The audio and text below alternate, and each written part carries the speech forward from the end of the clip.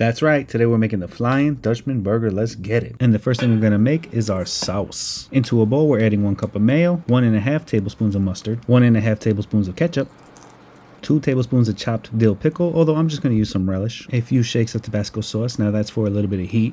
A splash of red wine vinegar is going to give us a little bit of tang. About ½ teaspoon each of some salt and pepper. 2 teaspoons of onion powder and 1 teaspoon of garlic powder. Grab a whisk and mix this up. By the way, the full recipe for everything in this video, including the burger sauce, will be in the description below. Mix it all up, and that's our burger sauce. And that can be made a day in advance if you want to. Let those flavors really come together overnight in the fridge. For now, we're going to place this into the fridge until we need it. Now for a Flying Dutchman burger, and undoubtedly the best part of this burger, the buns, which are going to be made of crispy charred onions. So for that, we're going to need 1 large onion, preferably yellow, and we're going to cut 2 thick slices, the top bun and the bottom bun. Then we're going to season both onions on both sides, starting with a nice drizzle of olive oil. Then both onions, both sides, are getting a nice generous pinch of kosher salt and black pepper. Now place your onions to the side and we'll prepare the meat. Actually, before that, we're going to do one last thing. We're going to prepare some pickles. I got some sour pickles, and for those, I'm just going to cut into some thick slices. Now we got our meat, our ground beef, of course. Now this is about 1.5 pounds of ground beef, I believe. However, for me, I'm only going to need about 8 ounces because I'm making 2 4-ounce patties, so keep that in mind when you buy your meat. Although you can make your patties whatever size you want and make however many you want. Once our meat is weighted and formed into balls, we're going to season them with some kosher salt and black pepper. And yes, I'm purposely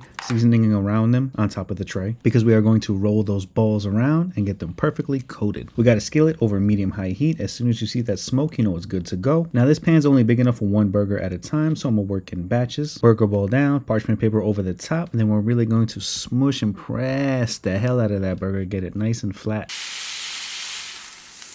Remove that parchment paper. Now because these are so thin, it's only going to take about 2, maybe 3 minutes to cook at most, and we don't got to worry about seasoning the other side because we rolled them in the seasoning before, so it's all good. And I know some people like to put the mustard over here before they flip it. Never been a big fan of that, so I'm not going to do it. Once the meat starts to release itself from the pan, you know it's time to flip, and then we're going down with some cheese, and then we're going to do this to the other burger. While the other burger cooks, hit the like button if you're liking the video so far, and if you're not already subscribed, hit that subscribe button.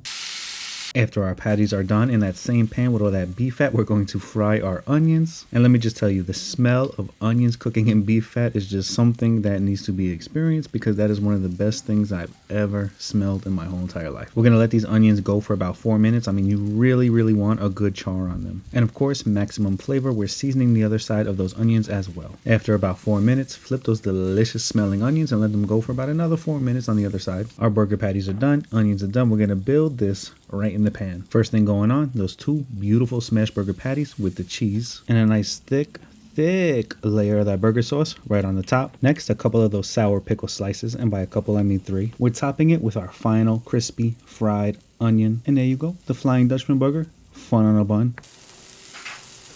And my first attempt at eating this thing failed because it was just way too hot. And that's it, my take on the Flying Dutchman burger. Thanks for watching, everybody. Like, comment, subscribe, share this video with a friend, and I'll see you in the next video.